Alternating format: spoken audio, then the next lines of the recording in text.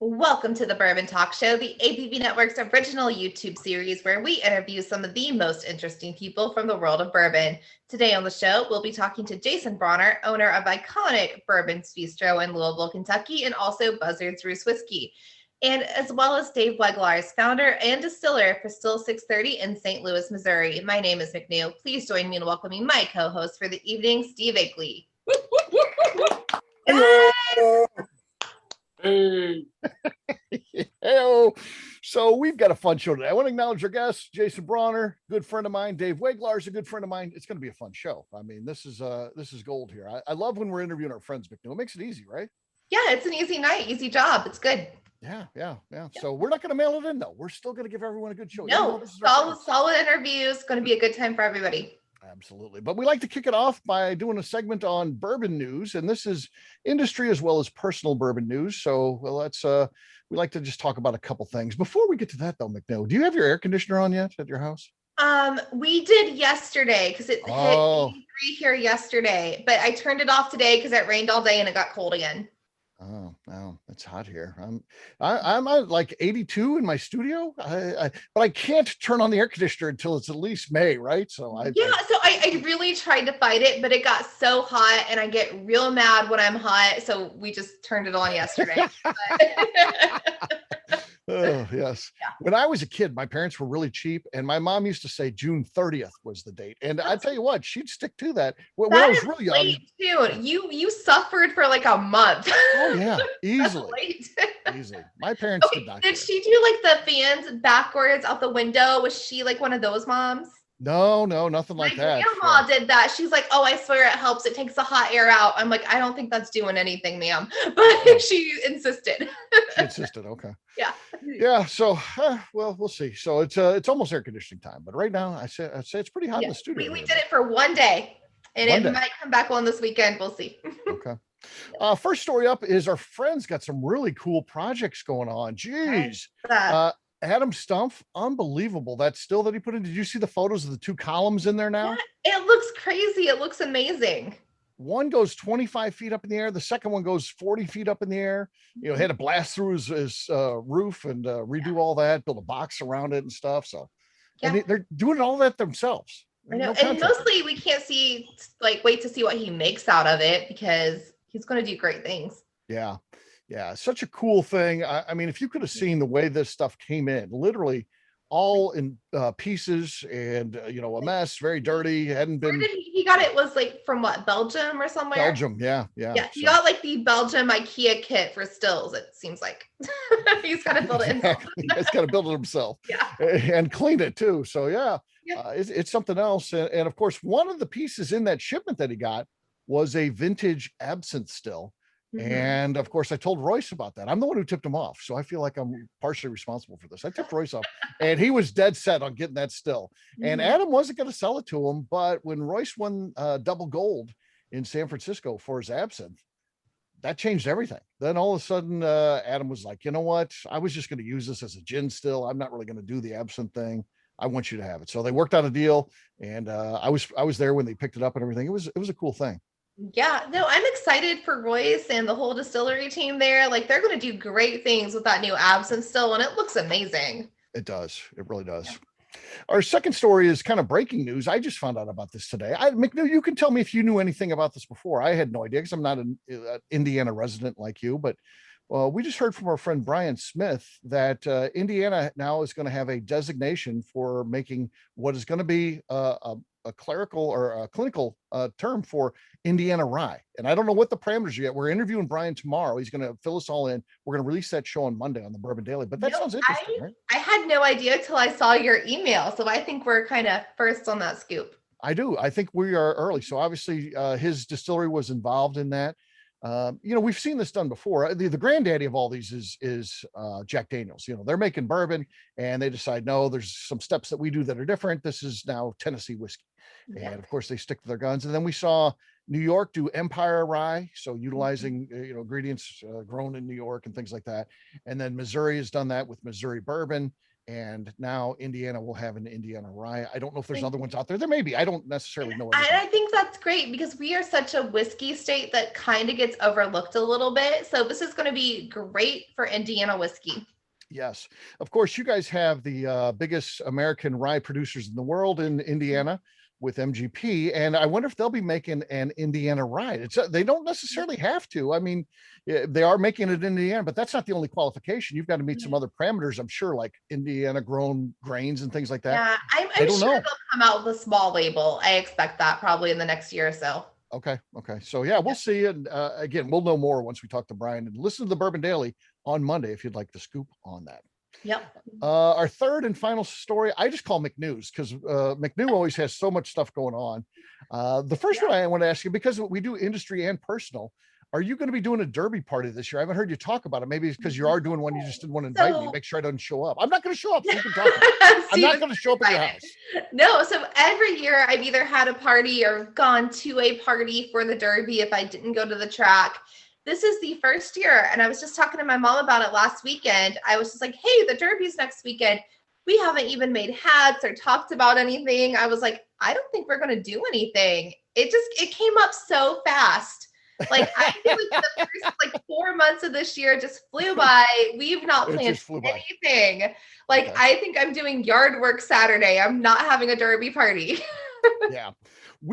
I have an event actually on Saturday in the afternoon. It's a cooking with Will Whitfield, where he does the bourbon cooking. And of course we had sent out the usual thing, a reminder notice. And first of all, second part is I don't really care about the derby. So I could care less if it's a derby day or anything.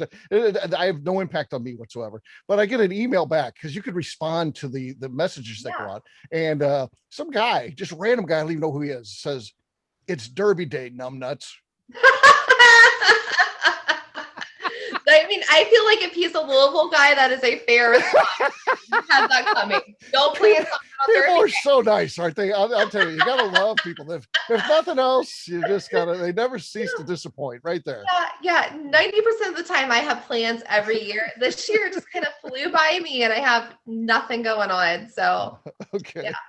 You've got a big date on what is it, Tuesday? That we've been talking about it the last couple shows. Monday. Monday. Oh gosh, it's coming up quick. Yep. So, Brothers Bond Bourbon with Ian Somerhalder. It's going to be a big deal. We pretty much sold that out. Tickets are done. I can't wait for this. I'm really nervous. I don't get nervous anymore, but I'm nervous about this one. Yeah. At least you've got Tim's in our audience here. You got Tim with you. So it's always good to have a buddy when you're doing something. And Tim really spearheaded this whole thing, made it happen. Like he was kind of like Make-A-Wish Foundation making this happen. Fantastic job, Tim. Yeah, Tim has done an amazing thing with that, developing that relationship and turning into an event, which is cool for our fans. It's cool for Ian's fans and the industry. They got a lot of industry folks on there as well. So that's really a cool thing. Yeah, going to be great. And the last one I wanted to talk to you about on August 4th, you booked Lenny Eckstein from Deerhammer to join you for your Try It series, right? Yes. And if you've listened to the Bourbon Daily, how entertaining Lenny is. We're getting him on a Try It series with his product lineup. So don't miss that one in August. August 4th. It's out there already. So if you haven't seen it already, please check it out and get signed up. That one's going to be great. It is. All right. Time now to talk to some of our friends. Here we go. Our first guest is celebrating 16 years of owning a bourbon bar in the best bourbon bar in the world, actually, I should say. And he's been doing some cool things with his whiskey label as well, Buzzard's Roost. So ladies and gentlemen, please join me in welcoming Mr. Jason Brauner. Hey, Steve. Hey, McNew. How's it going? Good, man. How you doing? Oh, doing great. And I'm nuts. It's Thurby. I hope that everybody refers to Steve as this now. Oh, yes. Yeah, that was so pleasant. Such a great guy. Just very caring. Yeah. I had to throw that in there. But this is today is the, so we have the derbies on Saturday. It's always the first Saturday in May. Just go ahead and put that in your book. Okay. And then the Oaks is before that. That's when the Phillies run. So for years and years and years, the locals would not get to the derby, not go to the derby because just too many out of town people and what have you. Then all the locals started going to the Oaks. Well, then the Oaks got popular as well. So now all the locals go Thursday, and they call it Thurby. So tonight is Thurby, by the way, if you didn't know. And I was questioning whether I could make the show or not because we're pretty busy at the restaurant. And this is like the busiest week of the year. So, but here we are. We're doing well. Everything's going well. So it's Thurby, numbnuts. I am surprised you didn't say that. Jason's very politely trying to tell you inconvenienced him, Steve. But he's happy to be here. So we're grateful. We're happy to be here. Okay. So, Jason, as we talk about the Derby, the sport of kings, did you play any sports as a kid? What if so, what? I played them all, but I guess I didn't do very well at them. I mean, I don't know. I was kind of an average. I played football, and I was probably in the order that I was terrible at would be like basketball because I was short. Okay. And then football, I wasn't bad, but I didn't weigh as much as I do now. And then I think baseball was my gig. I was pretty damn good at baseball. Okay. All right. What position did you play in baseball? Every one of them. Every one of them. Catcher even? Yeah, I even caught for a while. And you pitched? Pitching was more brief than anything. That was probably I pitched early on and then didn't pitch, but every other position. Yeah. What type of hitter were you? I was a leadoff guy because I actually had a pretty good bag average. I would be and I was very fast. I probably the last year I played in the little, that I guess I was 16 or 17 or was 16, 15 years old. I had the most stolen bases in the league. So I was a pretty decent hitter. I was always like either number one or number two leadoff man. And I'd get on base and actually stole home 3 times successfully. Wow. Yeah. Congratulations. That's cool. I was a long ball hitter, but I had too many holes in the strike zone, so I never went very far. So I was actually done with organized baseball by 6th grade was the last year I played. I could hit the ball a long way for a kid, but man, I struck out way too much. I was the Dave Kingman of Little League. Yeah. No, I played all the way. I guess I was 16 or 17 years old, all the way up through high school, and I only had one out of the park home run. So I wasn't really a long ball hitter, but I could get on base pretty easily. Yeah. So what's going on at the restaurant now? And I'm not talking about the busyness of the restaurant tonight, but just in general, what's happening? Obviously, you've had a lot going on with COVID, and there's been closed down at points and limited capacity. Where are we at right now? We're getting back to some of our numbers back from 2019. We're actually seeing some of the weekends are really good. Their weekends are really busy. Weekdays are not back yet. We're still at 60%, which I don't, that seems kind of a random number from our governor, but, we're trying to make it work. We're having some staffing problems. I guess a lot of people are on unemployment and don't really feel like working. So yeah, we've got the people are starting to come back. And I think the staffing is really an issue with us now because the folks are here. We can't give them the service that they need. Yeah. Yeah. So any idea when that ban will be lifted too? I heard things are getting a little bit easier in Kentucky right now. Is there any chance that 60% thing will be going away too? Well, some of the numbers he said, like I said, really didn't make sense. He said when 2 million people get vaccinated, which is about half the state. And I mean, I don't know why my business is, based on some people are conspiracy theorists or whatever. They're not going to get vaccinated. So, he's going to have to walk that back because at the numbers we're doing right now, I think they're doing maybe 7,000 people a day and only about 1.5 million people are vaccinated. So that's just not going to work. Yeah. Yeah. The numbers are not right there for sure. Yeah. And if he's listening to this show, which he might be, Bashir, help us out. Come on. Now. Throw him a bone. Yeah. Yeah. Also like and subscribe, Bashir. Let's go. Yeah. Hit subscribe and thumbs up on this one, please. Right. Yeah. Didn't he get you to help him out during the pandemic? He's having his daily conferences or what? Weren't you part of one of those or something? I don't think so, unless it was court ordered. Hey, I heard you were. I heard you made a cocktail or something. So that's not true. That's just a rumor. Well, that was with we did do a COVID cocktail with the Kentucky Distillers Association. Yeah, the KDA. KDA. Yeah, and they were kind of on the governor's team or whatever it may have been. But it was somewhat true what I heard, just Yeah. not all the way. Okay. Have any bourbon celebrities come in during this pandemic, or is that slowed down in the bar? You know, who do we have? We had a group from Makers in last night, and Denny Potter was in. I mean, he's celebrity. I would Hell say. yeah, he is. He's A-list, man. Yeah, he was in last night. We had a couple drinks, and Connor lives in the neighborhood. He comes in quite a bit, and you know the usual Bernie. Yeah, I know he's close. So yeah. I don't know if my son has made celebrity status, but he's coming in tonight, I think. Is he going to help work? Is he helping out? I don't know. He might. We're going to see. We're going to talk about putting him behind the bar tomorrow. Oh, really? Okay. Yeah.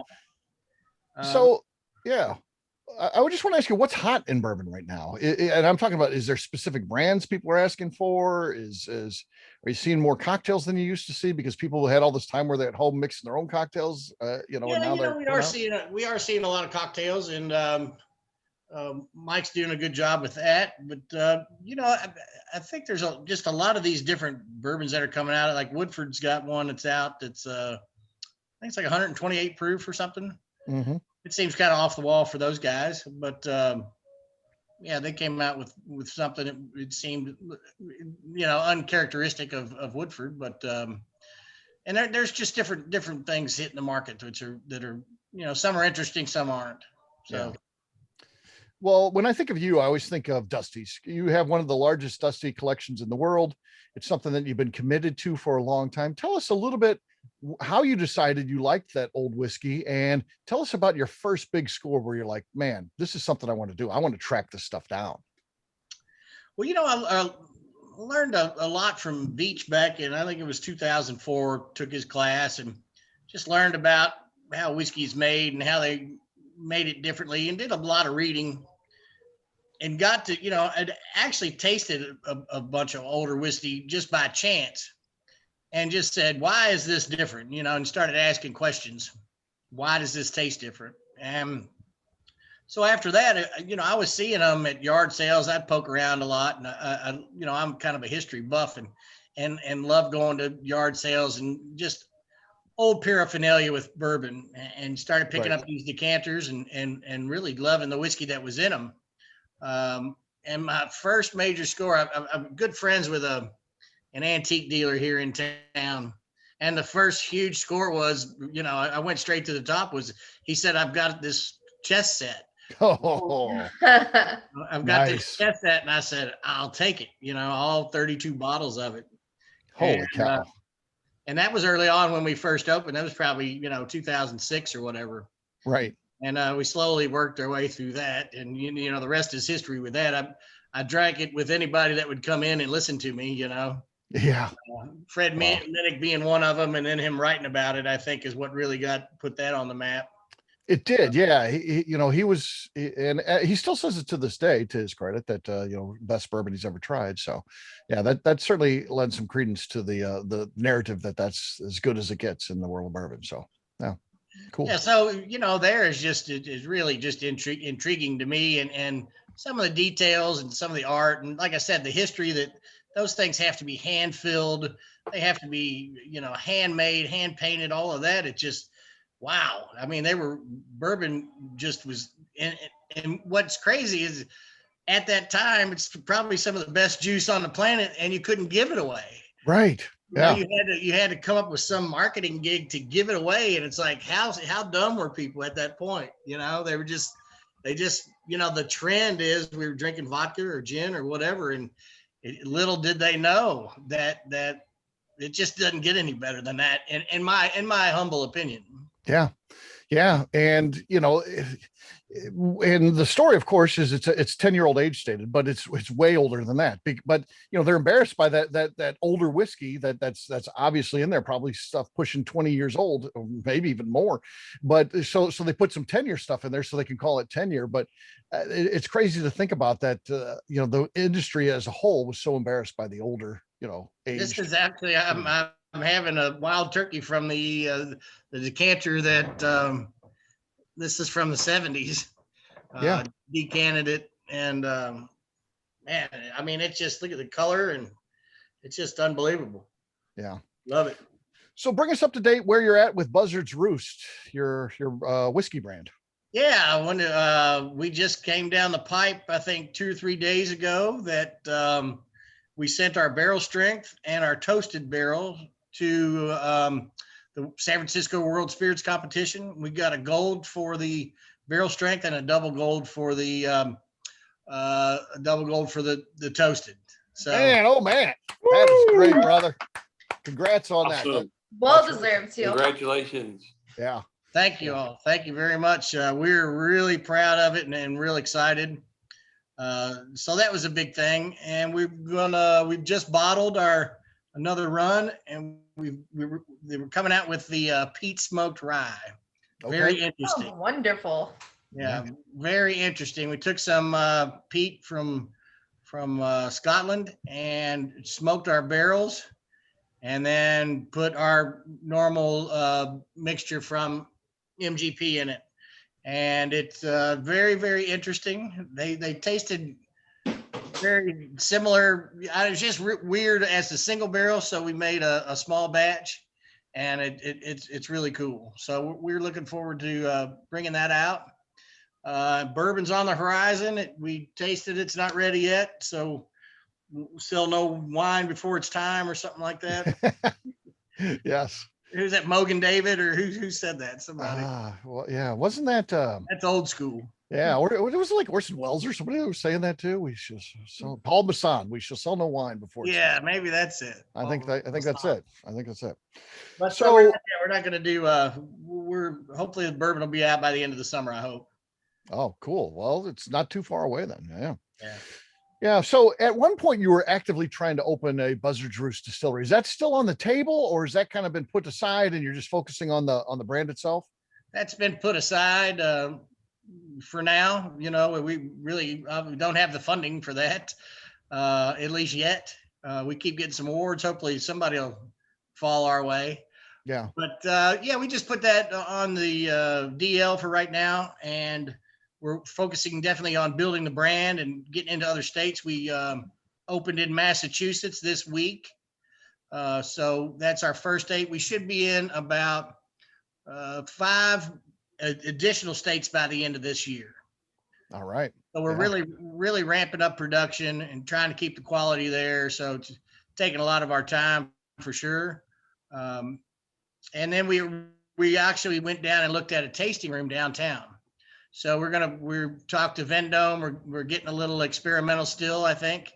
We're going to put a little tasting room in, and to where we can have people come in and taste, sell t-shirts, sell bottles, and maybe experiment on the still a little bit. So Yeah, that's really cool, man. That's a big step. So yeah, congratulations on that. that's kind of going to take the place of the $30 million distillery for now. So For now, yeah. Okay, fair enough.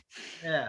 So, I know that you love bourbon. I mean, that's what I associate you with. You've got a bar that's called Bourbon's Bistro. So that's obviously your love and your passion. But where do you fall on the other whiskey styles? Things like Scotch or Irish whiskey or Japanese whiskey? Well, I mean, I drink them and appreciate them, but I've never really had that taste profile. Been a big fan.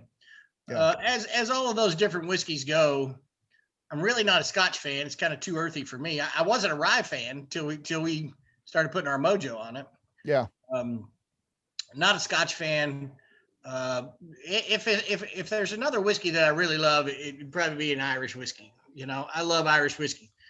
I'm not a big fan of Japanese either, just because it's almost kind of It's basically just Scotch. Yeah. Scotch-like, right? Yeah. But I've drank my fair share of Irish whiskey for sure. Yeah, I do like Irish whiskey too. I don't like it as much as bourbon. Bourbon just to me has more layering of flavors, but that's not to say that there's good Irish whiskeys too. And Sure. it's good of all categories too. really. Yeah. So who are your friends in the bourbon business? I think you got one there tonight. Webrink, I saw. So Yeah. he's a buddy of yours. Andrew's a good dude. I'd like to think you guys are. I hope. Absolutely.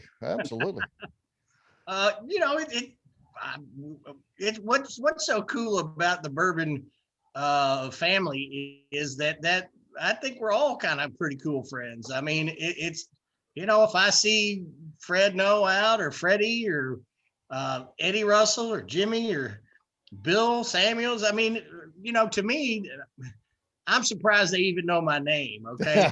So that, that never gets old, right? Yeah. As Yeah, a fan first. Yeah. Never gets getting old. into this business, I never thought that I would be hanging with what I call the five families of bourbon. It was like when we got our first award from Whiskey Magazine as a bourbon bar of the world.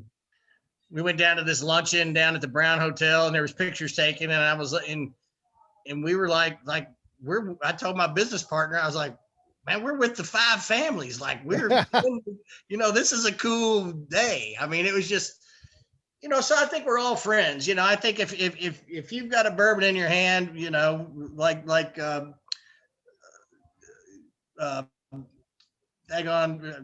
that I'm trying to think of it, Bernie, he wrote that thing for Beam and says, you come as friends, leave as family, so I think if you've got a bourbon in your hand, you're a friend of mine, Yeah, fair enough.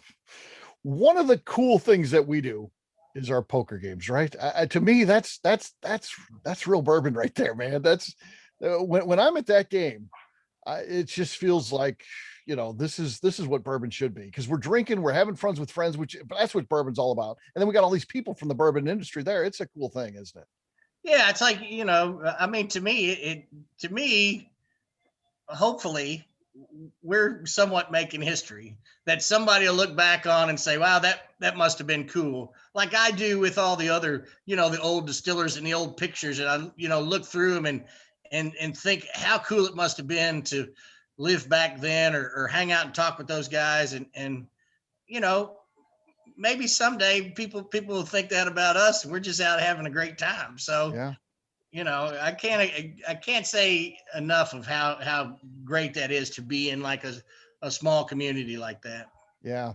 You and I had a moment. This is the last question I'll ask you, but yeah, you and I had a moment at our last poker game, because we looked around and it turned out there were certain people couldn't make it and all that, and the ones that said yes turned out to be all of young bourbon. You're talking about people aged 35 or less, all the way down into their 20s, master distillers, people working in the bourbon industry. And then there was you and I, two guys older than 50.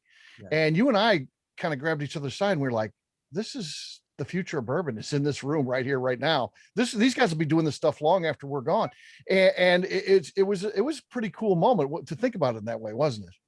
Yeah. I've always thought of myself as a bridge between, because there's really in the industry, there's really nobody my age, I guess.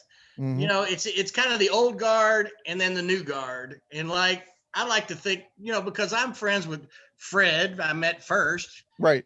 And now I'm good friends with Freddie, but, and I'm right in between their age. Like I can hang out with his dad or I can hang out with him. Right. I mean, so it's kind of a bridge between the old and the new. And I think that's really cool because, some of the young guys don't know the old guys personally like I do. And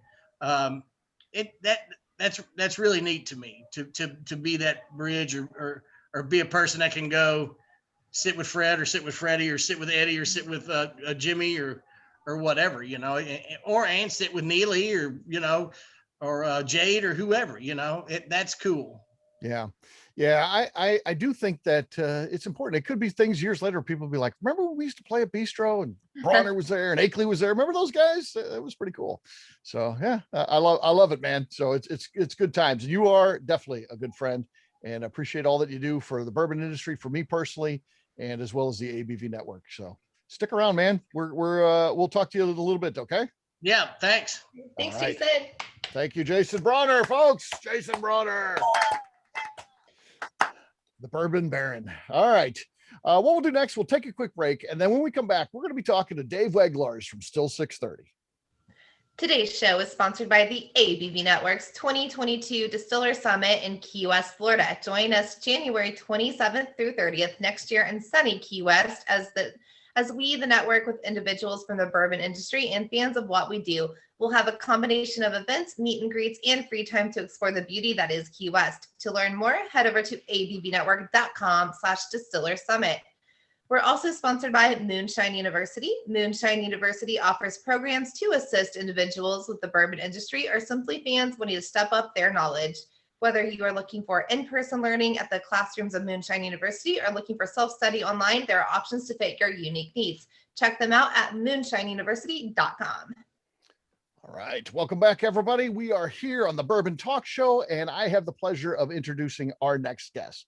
He is the founder of Still 630 in St. Louis. He makes a lot of great whiskey, but his Rally Point Rye, a 5-year-old product that comes out once a year, should be on your must-get list if it is not so already. Ladies and gentlemen, please join me in welcoming Mr. David Weglarz. Hello. Hello. Woo. Dave, how you doing, man? I'm doing great, man. It's awesome to be here with you guys. Absolutely. Good to see you again. And yeah, Dave's a good friend of mine. I go to his place all the time. I'm at his monthly events and things like that, and then tend to stop in there and just check out what's going on. So it's a joy to have him on here tonight. So Dave, the first question I've got for you, you've got 3 boys right now, and they're young guys. So project to us in about 10 years what your monthly grocery bill is going to be. If they're anything like me as a kid, man, I couldn't get enough to eat. So yeah, you're a big guy. So yeah, I can imagine your sons are going to be pretty big too. So I fantasize about the day that I'm the little guy in the house. So I'm trying to put the fear of God in them now so that they remember that, and it plays with their minds when they're bigger than me. So, yeah. It's all mind games with kids, right? Oh yeah, you're like a guy first day in prison. You got to go make a statement, Exactly. Pick out the biggest guy in the place. Yeah. Okay. Oh, So I doubt I get. See, I love it now because I get to finish all the plates when they're done eating. So I get to scavenge and I get all my food. But I know all too soon they're going to be picking my plate clean and hold me in a noogie, and that nothing I can do about it. Yeah. I can't even imagine what that bill's gonna look like. You better start laying down some more whiskey right now, man, in preparation. When you got like 3 teenagers in the house, oh man, yeah. Well, teenage boys are bottomless pits, man. I'm telling you. I just know from my own experience. Well, I used to eat. It was crazy. You go in and you just cook a pizza. That's just a snack. The whole pizza is a snack. Looks like a pre-dinner snack. Yeah, that's your appetizer. Okay, what do we have for dinner, Mom? Yeah. I'm hungry now. Yeah, I just had a tombstone pizza. Now what's going to be for dinner? So yeah. So your boys, do they have any interest in what you, and they're very young, so they may show no interest, and that doesn't mean they're not going to be in the business, but what are their thoughts when they come into the distillery? They like it. Right now, recently, they're fascinated that I have a dartboard in the distillery. That's the big deal. I put barrels down the day each of them were born, and when they turn 21, we're going to bottle them up, but they know that they have their own barrel. They don't really know what that means, but they like to come and look at it. And then I've got a special piece of wood with nails in it that they can hammer nails into. That's all they care about. You told me that was always one of their favorite activities. They get to come in, they get to get their hammers and nails and just hammer nails into wood. That's an exciting little boy. That's what we do at the distillery as far as they care. It's like, Dad's got such a cool job. So yeah. Do you ever, I know sometimes distillers will hand a thing of whiskey to their kids and let them nose it, see what they think of it. Do you ever do anything like that? And so how do they react to it? Yeah, we've done it from time to time. We let them smell it. May or may not have rubbed it on some gums when they were little kids. Okay. Okay. That's an old distiller thing too. Yeah, sure. But yeah, no, they're like, they're turned off by it. They're not interested right now. But I know, like me, when they get to be teenagers, that's going to change. So I've got quite a little liquor cabinet downstairs in my little den, and I already have a little combination lock on it, just so none of their friends or anybody gets excited. But I always think about, when we were kids, we would replace the alcohol with water or something like that. How did they never know? And why did they never say anything? Because we're the wrong people to do that with right now, right? If they start putting some water down some stuff, I'm gonna catch that right away. Oh yeah. They don't have a chance. Yeah. Eventually they do take an interest, and then it's a problem. I always thought my daughter would have no interest in any of this because it didn't. And I noticed a couple bottles disappear, and I'm like, "Are you drinking my stuff?" She's like, "No, I sold a couple bottles to friends." They're gold chess pieces. You won't even miss them. Yeah. So, no, she probably walks in and sees your countertop. She's like, he won't even know. Right. Oh yeah.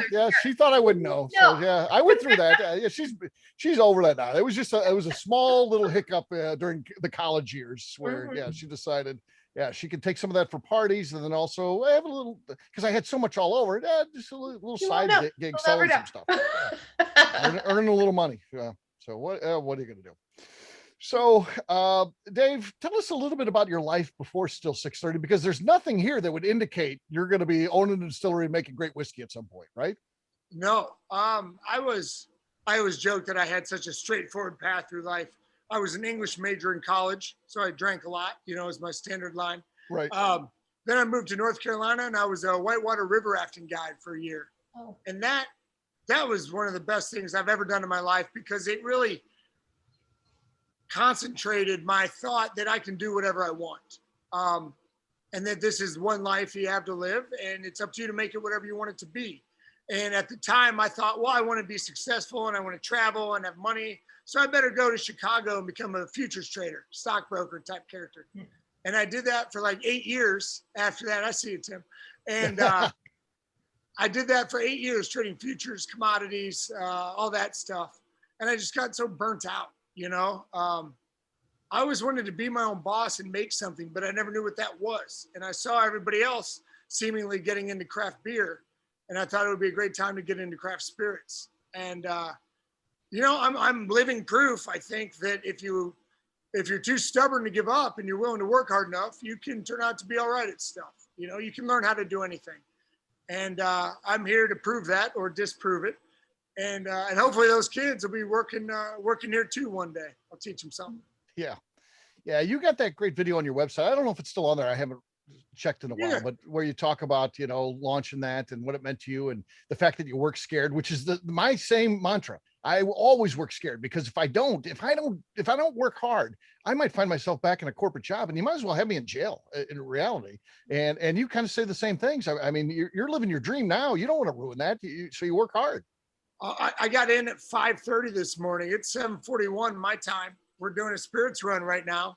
And it's a long day, but this is a highlight of the day talking to you guys. But that's it, Steve. If I fail, if I don't make this thing work, I'm going back to a miserable existence for me. The jobs I did, they were soul sucking at the end of it. Yeah. And that's what waits for me. So anything positive is good and just like little motivation, but the negative has always been a bigger driver for me. And this is it right now. I don't want to have regrets. And so far, I just regret not making more whiskey earlier. Right. Yeah. That's my only regret. I didn't do anything earlier. Yeah. Same type of thing is why did I sit around why did I do a 20-year stint in a job that I hated? Right. Dumb. It was dumb. You could be on an island like Rick Brauner. Yeah. Yeah. Look at how nice that is. Yeah. It's gorgeous, Britt. Yeah. So what type of challenges did you have, Dave, opening up the distillery? Because it couldn't have been easy. You weren't a guy coming from the business, you hadn't owned a business like that before. So there's a lot of things that you have to go through. And alcohol is particularly demanding when you're talking about a startup. So what were some of the issues that you faced? You're not kidding. It was everything. I had every issue in every aspect because I'd never been a business owner before. I had never done this industry at all. And I hadn't lived in St. Louis before this. So we literally moved here because my wife is from here. And Missouri had better liquor laws than Chicago or Indiana at the time. Better baseball team too. So you upgraded. Sure. But it was all they're all challenges, and you got to eat the elephant one bite at a time. And so, it took me 6 months to get my federal permit. And then several more months to get my state and county and city permits. And then I had to figure out, how to make alcohol. And I have a little still that you've seen in the corner over here. Yep. There was never working in my garage or backyard or anything like that. But so I had to learn how to run a business. I had to learn how to run this business and make alcohol. And then I had to learn how to run the marketing side of it. How to hire people, how to bring them on. And I've only brought a few people on, still a tiny company. But I think I've got so much more room to grow to work on my business instead of in it. And that's what I really have difficulty with now. Because the day to day, there's a million things to do. And I've been here 14 hours today and I'm not getting everything done. But, working harder isn't always the solution. I see you shaking your head there, Jason. You know exactly how that is. where you can only, work your tail off so hard, but you got to be strategic. You got to see what's worth your time and effort, and how do you move forward, not just how do you put out the fires that are going right now. Yeah. And I'm a big believer in learning from your own mistakes, but I think a wise man also learns whatever he can from the mistakes and successes of others. And I try to pick up any lesson anywhere I can and apply it however I can. So I'm better than I was last year, and hopefully not as good as I will be next year at everything. Yeah. So what do you want Still 630 to be? What's your grand plan for this as you would transition out? Let's go all the way to your retirement. Your boys are interested in this. What do you want Distillery Still 630 to be at that point in time? I want to be one of those guys that that you're talking about when they're like, wow, they were in the room, we were in there with those guys. Mm-hmm. But I want that to be like my sons, to grow into be, royalty is too big of a word. I want them to be respected in the industry. I want Still 630. We don't need to be the biggest, but I want to be known for making damn good shit. I want to be the Willy Wonka of spirits. Not that we make crazy, weird stuff, but that we're kind of a funky, eccentric, just little hole in the wall dynamo that just puts out some amazing stuff. And I wanted to provide, a comfortable life for my family, and that we can take a trip, a couple times a year. And God willing, the truth is, I'd love my grandkids to run it one day. But, it's building it from scratch has taught me so much and made me who I am now. And I want them to have those same challenges, but reap those same rewards and have their own successes. And, I'd like them all to go into the business, but if none of them decide that they want to take it over, all right, I'll drink their barrels myself then. But I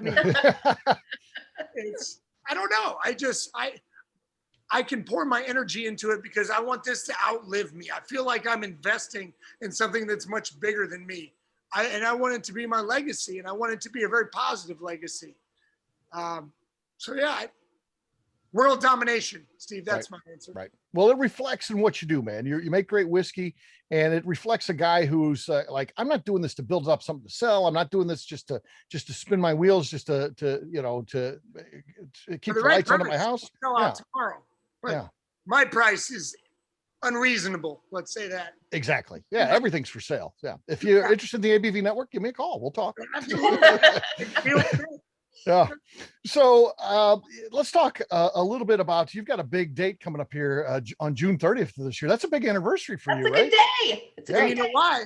Well, not just. Is this McNew's birthday? It's also my birthday. It's McNew's birthday, but it's also a celebration of the first day that we can turn on air conditioning in the house. You learned well from my mother. Yeah, you learned from my mom. That's why we celebrate. That's the real reason. Let me tell you something. My mom isn't like that anymore. Her air conditioner was going in back in March. A hot day now. My mom no longer follows any of those rules. That's all out. You're spending that air conditioning money all day. Right. Yeah. Yeah. So June 30th is our big anniversary party, and we release new spirits. We coordinate with awesome local chefs in town, bringing in little craft beers, gourmet chocolate. It's our day, but it's like a celebration of some of the awesome partnerships that we have. And we do it on the Saturday prior. So this year it's going to be June 26th, and you're all invited. And I'd love to see you come out here. It's a Saturday, and we have a party of special magnificence planned. This is going to be our 9th anniversary. So we've got fun things in the works. Very nice. Very nice. So, I come to your First Friday events, and I know those are expanding. You're doing more of them. You've got some different ideas, cool things coming up. But what I like about those, and I sit back sometimes, I think as a business owner myself, and I see what's going on there. And I think these are people that are having fun. They're spending their discretionary income, which is the greatest tribute you can give someone. You come in and, if you're spending on housing or the electric bill, these are things that you need to live, but they're spending money that they have extra that they're spending at your business. And that has to feel good as a business owner, does it not?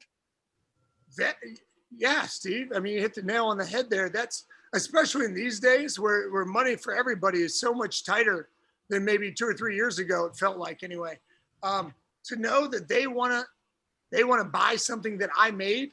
I've been doing this for a few years now, and I haven't gotten over that in the least. And I kind of hope I never do, because it feels like it keeps me grounded and just so thankful.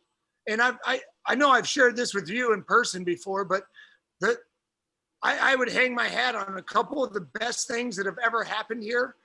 There have been people that have bought whiskey I made for their groomsmen or bridal party. So that means on the best day of their lives, to the most important people in their lives, they wanted to give them something that I made. I don't know how to get, I don't know what's a higher compliment than that. It's right. And just to come in and buy a bottle when you can buy fantastic stuff at sometimes cheaper prices, right? But you know, we're making the best stuff that we can and trying to price it reasonably, but we don't have all the economies of scale that, you know, Brown-Forman or Diageo have. But to know that we made something in this old Hardee's building that somebody really values, and they send a friend, hey, if you're passing through St. Louis, you got to stop by there and pick me up these bottles. Right. You know, this is literally a dream come true. Yeah. Yeah. I've been reduced to it. I like all kinds of bourbon and rye and whiskeys and things like that. And I try to get every year the birthday bourbon or the Four Roses limited edition. But you know what? When I don't get those, I'm not heartbroken, because I spend as much as I can on bourbon anyway. It's not like if I miss those, I don't get it. But there's two that I must have. I've been reduced to two that I have to have these days, of once a year limited editions. And one's Little Book. I just been a fan of that from the beginning. I've got a set that I drink, and then I always get a second one to remain closed. At some point, I'm going to crack all of them again to do a big vertical side by side. But then the other one that I have to have is your 5-year-old Rally Point Rye. So tell us about that. I'm very flattered and honored to hear that. That is like one of our crown jewels and one of the things that's closest to my heart, because it was so long in fruition. I know 5 years may not sound like very old to Kentucky or Scotch or anything like that, but it was the first 5-year-old whiskey to come out of the state of Missouri, which we're kind of proud of. But it's just a cherry-picked single barrel of our flagship rye whiskey, our Rally Point, uncut, unfiltered, untouched, straight from the barrel to the bottle. We hand engrave, and etch the glass. It's one of the most beautiful bottles in the industry. Yeah. Thank you very much. It's just a different showcase every year, and it's unique single barrel, so they all have their own nuances and proofs. But it's just what we think is a phenomenal example of our rye whiskey. Yeah, yeah. You also do a lot of experiments. Matter of fact, that's what you built the whole, First Friday events around, was doing a different experiment every month. How do you come up with the inspiration for these unique ideas that you come up with all the time? Just drinking heavily. Right. Could we do this? I don't know. I can't even read what these ones say. Right. No, so we really, we've got some great spreadsheets that work on it, but we distilled a whole bunch of different individual ingredients, like a couple 100 gallons of corn, and then rye, and then wheat, and different barleys with diff smoke, that smoke. And then we blended them all together with the ideas of going down certain avenues. If we wanted a wheat whiskey or a wheated bourbon versus some with a little bit of smoke, or maybe we're playing around with peat. But now we're going on, we just completed quarter 2 of our 4th year. So we're up to 42 out of 60 so far that we've released. And what's difficult right now is we have a lot of stuff that we've laid down. We laid down a lot more than we're releasing because we wanted to pick the good representations of different things. And obviously it's an experiment, so they're not all going to be gangbusters. And we don't need to put out something that's not great so that everybody can tell us it's not great. Right. We're smart enough to be able to deduce some of that, but we try to put out things that I think are good representations. And it may be a little more on this note than that note, but I want to hear how people react to those notes. And to be clear, it's not just about whiskey. 34,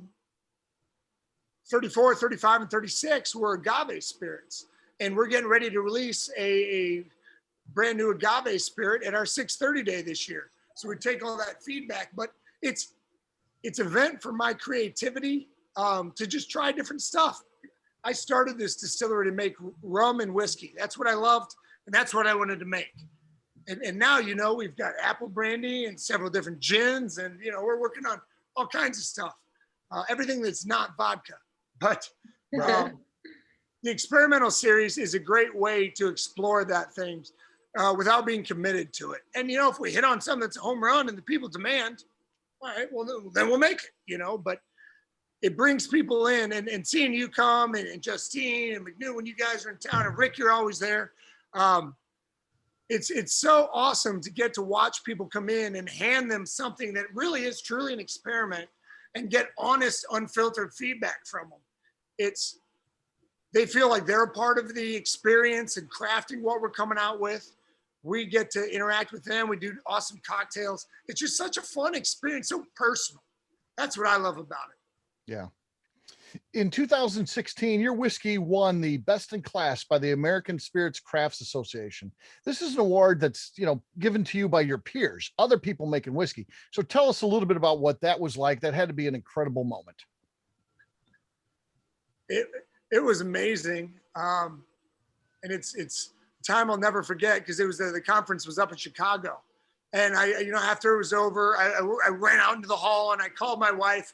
And her and our two oldest boys, who were the only two boys we had at the time, were all like deathly ill with the flu. So they were not excited. Right. They couldn't care less. They're like, hold on, you know, yay, congratulations. We'll talk to you later.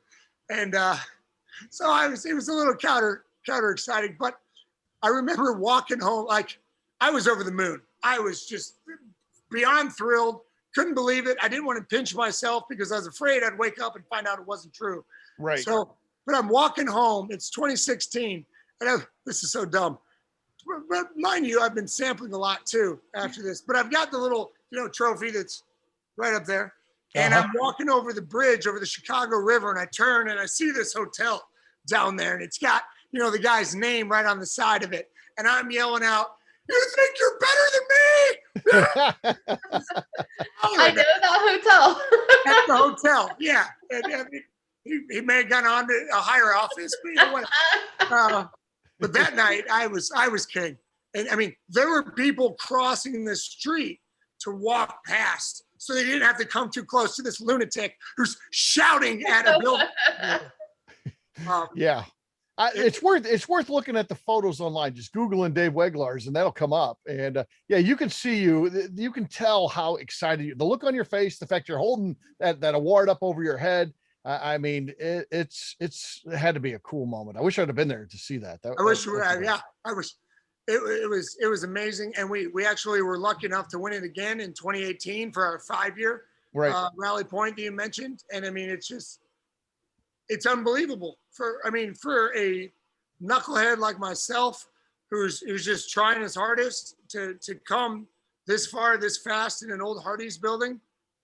It's ridiculous. Yeah. Yeah. And like I said, yeah, you did win again but that's 2016 to put in all that hard work, to take a chance in a business you didn't know, and to have that sort of award. I can't even imagine what that had to feel like. It had to be just like, I've done it. This is it. It was vindication, validation, you know. Right. It meant as much when my wife, you know, felt better to tell Sydney, you know, like, look, I'm okay at this and I can make a career out of it. So let's keep going, you know. Right. But it was just so much hard work. I mean, I cried after it. It was so. I would think so, man. Yeah. It's got to be emotional. Everything you built up is to this moment. Here it is. There's your moment. Yeah. And then going back to what we were talking about earlier, ever since then, I've ever felt the pressure that you got to, you don't necessarily have to top it, but you've got a standard that you just set for yourself. And so everything you release and you work towards has got to be with that in mind, you know? Yeah. Now I'm fearful of like letting them down, you know, of coming up with something that's not that great. And that was when 2016 was for our double barrel rally point. And we put out a new batch of that every year. And I agonize over what we're going to include, which barrels we're going to pick. And I mean, all that stuff, you know, like anybody. It's a dream come true. Yeah. That's for sure. Well, Dave, we talked a little bit about way down the road, the future. Where do you go from where you're at right now? What's going to be next for Still 630? Hopefully that White Castle down the street. I got my eyes on it. That's a nice building. Yeah. It's a fine building. Mhm. No, what I really like to do is in the next probably 6 to 18 months is build out an expansion of our production facility. So build out a few thousand square feet on the property right next to it and move all production over there so that we can turn the main production tasting room area that I'm sitting in into a full-fledged little bar tasting room. And we'll be open 5-6 days a week and have cocktails all the time and let people come in. Because right now this is just a production facility and we're closed Monday through Friday. I'm in here just grinding away. So I'd really like to take it to the next level. We've got a couple talks with different distributors in a couple different markets about branching out a little bit. Our problem is, I didn't make enough whiskey in 2016 or 2017 or 2018 or 2019 or 2020. So we can't just ramp it up and go everywhere that would like to say, hey, we'd love to carry a Rally Point or something. Great. We don't have enough. You know? But don't let that handcuff you. You got to move forward. And because otherwise we'll be sitting here in 2028 and be like, damn, I wish I'd have started laying that stuff down in 2021.